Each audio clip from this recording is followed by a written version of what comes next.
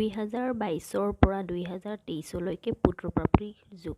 এই পাঁচটা ৰাশিসকলৰ সকলোতকৈ বেছি চান্স আছে ল'ৰা হোৱাৰ।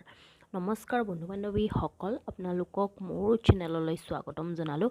বন্ধু বান্ধৱীসকল, আজিৰ এই ভিডিঅ'টিত আমি জানিম 2022 পৰা 2023 লৈকে কোন পাঁচটা ৰাশিসকলৰ সকলোতকৈ বেছি চান্স বনি আছে পুত্ৰ প্ৰাপ্তিৰ, তাৰে বিষয়ে আজি আমি এই ভিডিঅ'টি জানিম। ঠিক আছে বন্ধু বান্ধৱীসকল, ভিডিঅ'টি আৰম্ভ কৰাৰ আগতে যদি আপোনালোকে মোৰ চেনেললৈ নতুন হয় তেন্তে মোৰ চেনেলটো ছাবস্ক্ৰাইব কৰি তাৰে ওচৰত থকা ন'টিফিকেশ্যনৰ বেলখন প্ৰেছ কৰি অল কৰি থৈ দিব, যাতে মই আগলৈ এনেকুৱা টপিকত ভিডিঅ' আনিলে আপোনালোকে প্ৰথমতে ন'টিফিকেশ্যন পাই যায়। আৰু যদি আপোনালোকক মোৰ এই ভিডিঅ'টি ভাল লাগে তেন্তে এটা লাইক কৰিব, লগতে বন্ধুবৰ্গলৈ শ্বেয়াৰ কৰিব। ঠিক আছে, তেন্তে আহক এতিয়া আমি ভিডিঅ' আৰম্ভ কৰোঁ।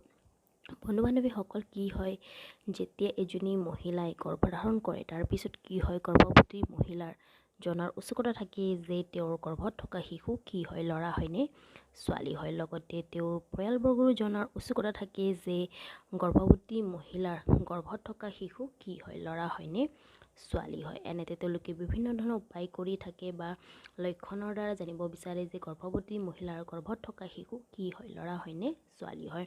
আৰু বন্ধু বান্ধৱীসকল, যেতিয়া এজনী মহিলাই গৰ্ভধাৰণ কৰে তাৰপিছত কি হয়, তেওঁৰ যিটো ৰাশি লগতে তেওঁৰ যি হাজবেণ্ডৰ ৰাশি, সেই ৰাশিৰ ওপৰত বিশেষ প্ৰভাৱ পৰে, যাৰ বাবে এজনী গৰ্ভৱতী মহিলাই জানিব বিচাৰে যে তেওঁ গৰ্ভত থকা শিশু কি হয়, ল'ৰা হয়নে ছোৱালী হয়।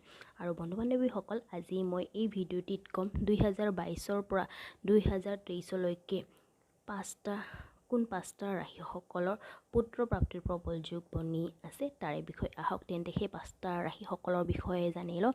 প্ৰথম ৰাশিটো হ'ল মেষ ৰাশি। মেষ ৰাশিৰ 2022 পৰা 2023 লৈকে পুত্ৰ প্ৰাপ্তিৰ প্ৰবল যোগ বনি আছে। দ্বিতীয়তে বৃষ, তৃতীয়তে মিথুন, চতুৰ্থতে কৰ্কট, পঞ্চমতে তুলা।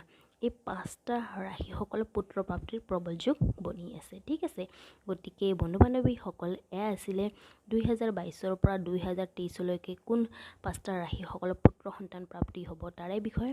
যদি আপোনালোকক মোৰ এই ভিডিঅ'টোৰ জানকাৰী ভাল লাগিছে তেন্তে মোৰ ভিডিঅ'টি লাইক, শ্বেয়াৰ আৰু কমেণ্ট কৰি জনাব। ঠিক আছে, ধন্যবাদ।